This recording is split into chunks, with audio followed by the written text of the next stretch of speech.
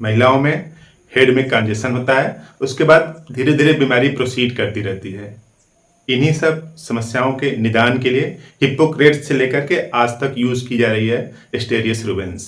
स्टेरियस Rubens इसको एक समुद्री जीव है उससे बनाया गया है जिसको स्टारफिश बोलते हैं, तारा मछली, यानी इसमें 5 भुजाएं होती हैं, उसी से बनाई गई है। तो इसका रिलेशनशिप है सिपिया से और म्यूरेक्स से। तो ये रिलेशन है और इसको एंटीडोट करने के लिए जिंकम मेटालिकम का यूज कर सकते हैं और प्लम्बम का। इस तरह से एंटीडोट रहा प्लम्बम और जिंकम मेटालिकम। अब समझते हैं कि इस मेडिसिन की पैथोजेनेसिस किस तरह से बॉडी में प्रोसीड करती है, सिम्टम्स आते हैं और बीमारियां के लक्षण दिखते हैं। तो काम की बात समझते हैं छोटे से वीडियो में, कुछ देर तक देखिए, बेहतर लगेगा, समझ बढ़ेगी।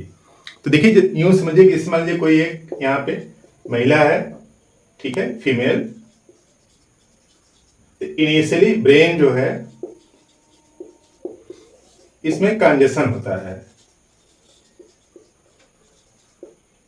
कंजेशन मीन्स क्या है कि वहां पे ब्लड थोड़ा ज्यादा देर तक रुकता है, रुकावट है ब्लड फ्लो में, तो उस समस्या की वजह से कंजेशन होता है।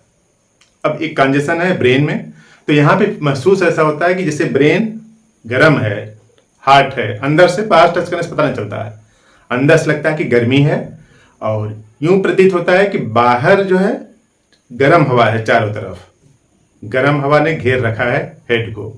एक कंजेशन है यानी ब्लड सर्कुलेशन रुका हुआ है, ठीक बात यही है, लेकिन प्रतीत ऐसा होता है कि चारों तरफ गर्म हवा है। तो उसके पीछे का बैकग्राउंड क्या है, कंजेशन है। अब यूं समझिए कि जो ब्रेन है अगर उसमें कंजेशन है तब ये अपना काम कुछ बेहतर तरीके से नहीं करेगा, और बेहतर तरीके से नहीं करेगा तो पहला इंडिकेशन कुछ इस तरह से आएगा कि जो पीरियड के समय में ब्रेस्ट में हैवीपन लगता है, भारीपन सा लगता है। जब जब पीरियड आता है तब ब्रेस्ट जो है महसूस होने लगता है, भारीपन लगता है, चलते समय या फिर सीढ़ी से उतरते समय ब्रेस्ट में हल्का सा माइल्ड सा भारीपन या फिर दर्द भी हो सकता है। तो इस तरह से यानी ब्रेन का कंजेशन, हार्मोन प्रॉपर न बनना, उसका रिफ्लेक्शन कहाँ पे दिख रहा है, ब्रेस्ट पर दिख रहा है। अब ब्रेस्ट पर दिख रहा है तो यूट्रस भी प्रभावित होगा। यूट्रस और ब्रेस्ट महिलाओं को महिला बनाते हैं और पुरुषों से अलग भी करते हैं। तो कंजेशन हेड में है, उसका रिफ्लेक्शन ब्रेस्ट पर दिख रहा है। अब अगर यहाँ पे कंजेशन है ब्रेस्ट में, हेवीनेस फीलिंग हो रही है, और अगर यहाँ पे ये हर पीरियड के समय लगता है कि भारीपन सा लगता है, तब अब दूसरे सिम्टम्स जनरेट होंगे। ये समस्या धीरे धीरे क्या होगी, बढ़ेगी, गांठ बन सकती है, लास्ट स्टेज में कैंसर भी हो सकता है। तो इस तरह से इतना है इसका रेंज है इस मेडिसिन का, यानी कंजेशन ऑफ हेड से लेकर के ब्रेस्ट के कैंसर तक आज की डेट में काफी महिलाओं में देखा जाता है। इनिशियल इंडिकेशन यही है कि ब्रेस्ट में भारीपन सा लगता है पीरियड के समय में। अगर ऐसा है तो सचेत रहें, घबराने की जरूरत नहीं है, ठीक होगा दवा से। बस दिक्कत क्या है कि लोग सर्जन से मिलते हैं, सर्जरी करवा देते हैं, सोचते हैं समस्या जल्दी से खत्म हो जाए, जल्दी से खत्म करने के चक्कर में बीमारी को बढ़ा लेते हैं। होम्योपैथिक दवा में आराम से धीरे धीरे कंजेशन ठीक होगा, फिर ब्रेस्ट में जो भारीपन लगता है वो ठीक होगा, फिर जो गांठें सी बनती हैं वो सब भी। तो अगर यहाँ पे पहले भारीपन सा लगता है ना, और भारीपन लगने लगेगा, उसके बाद ये जो यहाँ पे हाथ है दोनों तरफ लटक रहे हैं इस तरह से, इस हाथ के एरिया में जो यहाँ पे लिम्फ ग्लैंड होती है उसमें भी हार्डनेस, स्वेलिंग आ जाएगी।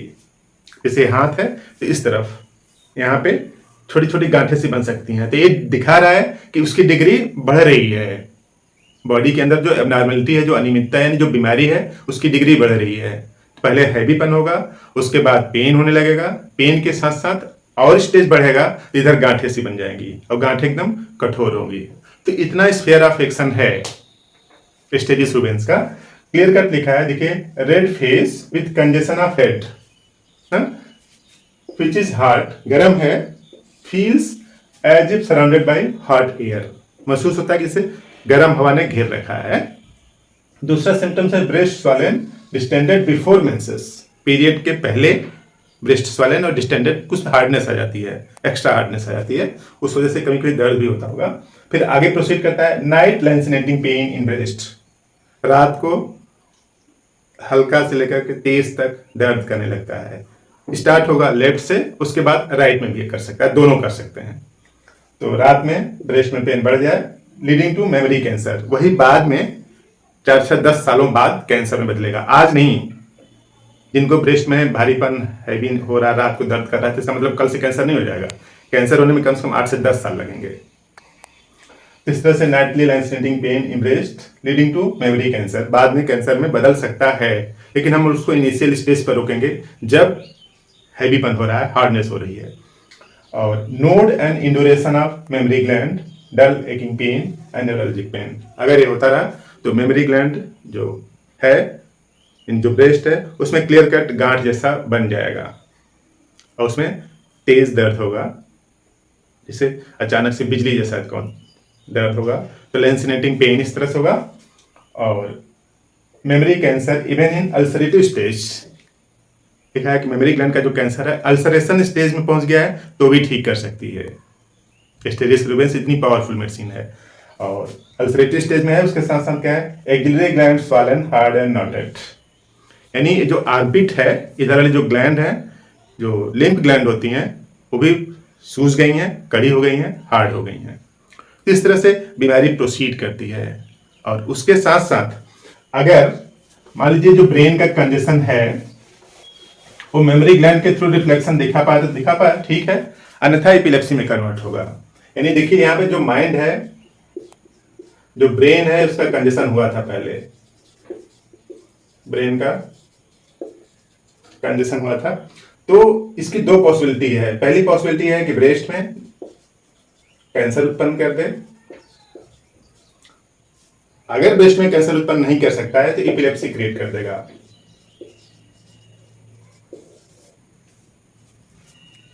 यानी कंजेशन, धीरे धीरे जो कंजेशन बना हुआ है, अगर वो ब्रेस्ट कैंसर के थ्रू रिलीज हुआ तो इधर रिलीज हो जाएगा, अन्यथा अगर इधर नहीं आ पाया तो एपिलेप्सी जनरेट कर देगा। और एपिलेप्सी कुछ इस तरह से है कि अटैक आने से 3 से 4 दिन पहले से ही डलनेस सा प्रतीत होने लगेगा और पूरी बॉडी एक, ब्रेस्ट में पेन नहीं होगा लेकिन पूरी बॉडी एक 3 से 4 दिन पहले महसूस होने लगता है कि अब दौरे पड़ सकते हैं। तो इसका ऑरा बहुत स्लो प्रोसीड करता है, धीरे धीरे प्रोसीड करता है, यानी 3 से 4 दिन लगता है पूरा एपिलेप्सी के दौरे पड़ने पर। तो अगर इधर नहीं आ पाया तो एपिलेप्सी होगा। और इनिशियली स्टेज में जो सबसे पहले कंजेशन है, उसका रिफ्लेक्स एक्शन इस तरह से आता है कि एक ने मुहासे आने लगते हैं। बोलते हैं ना कि मुहासे आज शरीर की गर्मी निकल रही है, शरीर की गर्मी क्या, हेड की गर्मी निकल रही है मुहासों के थ्रू। तो जो मुहासे हैं कुछ इस तरह से हैं कि ये है जैसे मुहासा, यहाँ पे ऊपर वाला जो पोर्शन है ना वो ब्लैक है और नीचे वाला जो पोर्शन है यहाँ पे, ये वाला बेस वाला पोर्शन क्या है, रेड है।